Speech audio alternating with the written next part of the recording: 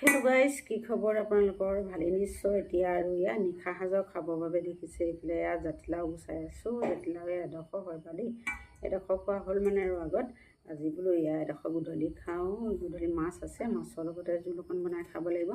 গৰম পৰিছে যিহেতু অকণমান ঠাণ্ডা বস্তু খাব লাগে। জাতিলাওটো ঠাণ্ডা হয়, গতিকে আৰু বোলো জাতিলাওকে খাওঁ।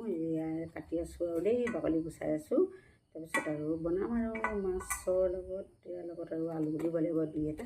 তেতিয়া অকণমান শাককণ ভাল লাগিব খাবলৈ। আলু মানে দিলেহে ভাল লাগে খাবলৈ। আলুটো যদি ভাজিত বা শাকত নিদিয়ে নহয়, আলু কিন্তু শাককণ সিমান সোৱাদ নহয়। সেই গতিকে আলু দুই এটা দিবই লাগিব। আৰু মাছ আছে, মাছ দি দিম, হৈ যাব। একেখনীয়াকৈ বনাম আৰু বিশেষ নবনাওঁ। আমি জানি নহয় আৰু মই ভিডিঅ' আপোনালোকক দিয়ে থাকোঁ। এখনীয়াই বনাওঁ গধূলি মানে খানাটো বেছি বনাই থাকিবলৈ গৰমত মন নাযায়। আজি যিহেতু বহুত উৎপাত গৰম হৈছে, গতিকে কি কৰিব আৰু গৰম হ'লেও ৰান্ধনি মানুহ যেতিয়া বনাই নিজেও খাব লাগিব, আনকো খুৱাব লাগিব, নহয় জানো? গতিকে এইবিলাক কাটি আছোঁ, কাটি লওঁ। তাৰপিছত আৰু সকলোকে শুভৰাত্ৰি জনালোঁ। পুনৰ ৰাতিপুৱা লগ পাম। এতিয়ালৈ এৰিছোঁ, বাই।